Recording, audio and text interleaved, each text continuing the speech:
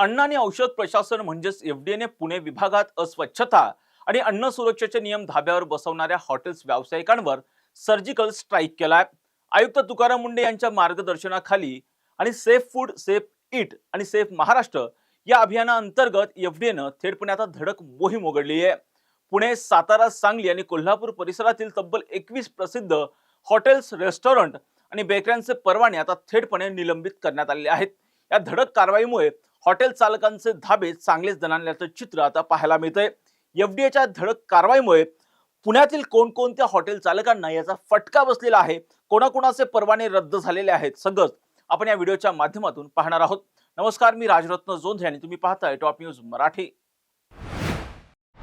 पुणे आणि आजूबाजूच्या परिसरामध्ये बाहेर खाणाऱ्यांची संख्या खूप मोठ्या प्रमाणात आहे, पण ग्राहकांच्या या विश्वासाला तडे देत अनेक हॉटेल चालक थेट त्यांच्या आरोग्याशी खेळत असल्याचं धक्कादायक वास्तवच आता पुढे आलंय।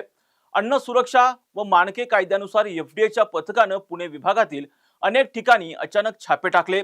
या तपासणी दरम्यान स्वयंपाकघरातील भीषण अस्वच्छता, कीटक आणि माशांचा सुळसुळाट, परवान्यांच्या अटींचं उल्लंघन आणि निकृष्ट दर्जाचे अन्न आढळल्याने एफडीएनं कोणतीही मुदत न देता थेट निलंबनाची कारवाई केलेली आहे। पुण्यातील नामांकित आस्थापनांवर कारवाई करण्यात आलेली आहे, ज्यामध्ये प्रामुख्याने जर पाहिलं तर पुणे शहरामधील न्यू सम्राट हॉटेल, प्रभात रोड परिसरामधील हॉटेल ताजमहल, लोहगाव व विमाननगर परिसरामधील क्रीमलाइट कन्फेशनर्स, त्याचबरोबर बालेवाडी परिसरामधील इंटिग्रेटेड फूड्स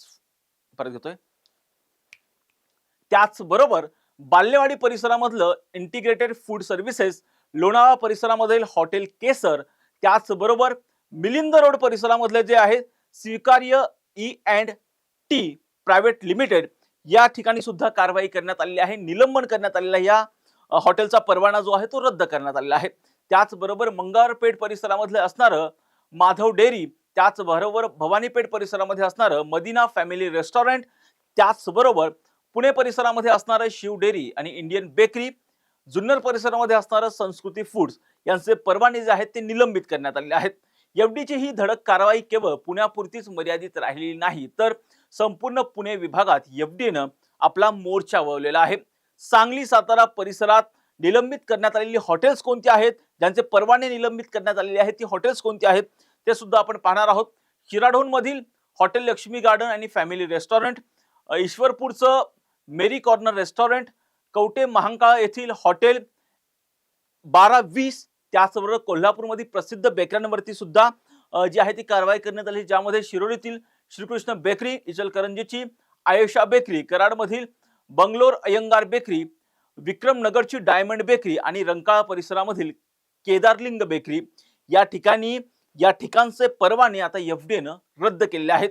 या सर्व ठिकाणी अन्न सुरक्षेच्या नियमांची पायमल्ली होत असल्याचं निष्पन्न झाल्याच्या नंतर एफडीनं एका पाठोपाठ एक अशा 21 आस्थापनांचे परवाने तडकाफडकी आता निलंबित केलेले आहेत। या संपूर्ण कारवाईबाबत आणि आगामी नियोजनाच्या बाबत अन्न आणि औषध प्रशासन विभागाने कडक शब्दांमध्ये इशारा देखील दिलेला आहे। सेफ फूड सेफ इट आणि सेफ महाराष्ट्र या मोहिमेअंतर्गत ही कारवाई करण्यात आली आहे। ग्राहकांना स्वच्छ आणि सुरक्षित अन्न मिळणे हा त्यांचा हक्क आहे। अस्वच्छता आणि नियमांचं उल्लंघन करणाऱ्यांवर यापुढेही प्रशासनाकडून अशीच कठोर आणि आक्रमक कारवाई सुरू राहील, अशा पद्धतीचे जे आहे एफडीए कडून सांगण्यात आलेले आहे। त्याचबरोबर कोणत्याही हॉटेल व्यावसायिकानं नागरिकांच्या आरोग्याशी खेळू नये, अन्यथा त्यांचे सुद्धा परवाने आगामी काळामध्ये रद्द केले जातील, त्यांचे हॉटेल्स जे आहेत, दुकानं जे आहेत ते सील केल्या जातील, असा इशारा सुद्धा एफडीएनं दिलेला आहे। खरं तर हा सगळा प्रकार जर पाहिलं तर तुकाराम मुंडे हे प्रचंड आक्रमक झालेले आहेत, त्यांचं एफडीए प्रचंड आक्रमक झालेलं आहे। राज्यभरामध्ये धडक कारवायांचं सत्र सुरू केलेलं आहे, भेसळखोरांवरती धडक कारवाई होते। तुकाराम मुंडेंच्या नेतृत्वाखाली एफडीएनं घेतलेली ही आक्रमक भूमिका निश्चितच जर पाहिलं तर कौतुकास्पद आहे। हॉटेल असतील किंवा बेकरी असतील, कितीही मोठे हॉटेल्स असतील, कितीही मोठी बेकरी असेल, परंतु जे कोणी नागरिकांच्या आरोग्याशी खेळतंय त्यांची आता एफडीए कडून खैर नाही, हे संपूर्ण या कारवाईमधून आता दिसून येते। या पुढच्या कारवाईमध्ये कोणत्या ठिकाणी एफडीए कारवाई करते पाहणं आता महत्त्वाचं असणार आहे। या प्रत्येक घटनांचे अपडेट आम्ही टॉप न्यूज मराठीच्या माध्यमातून आपल्यापर्यंत पोहोचवणार आहोत। यासाठी तुम्ही पाहत राहा टॉप न्यूज मराठी, आपला महाराष्ट्र, आपली बातमी।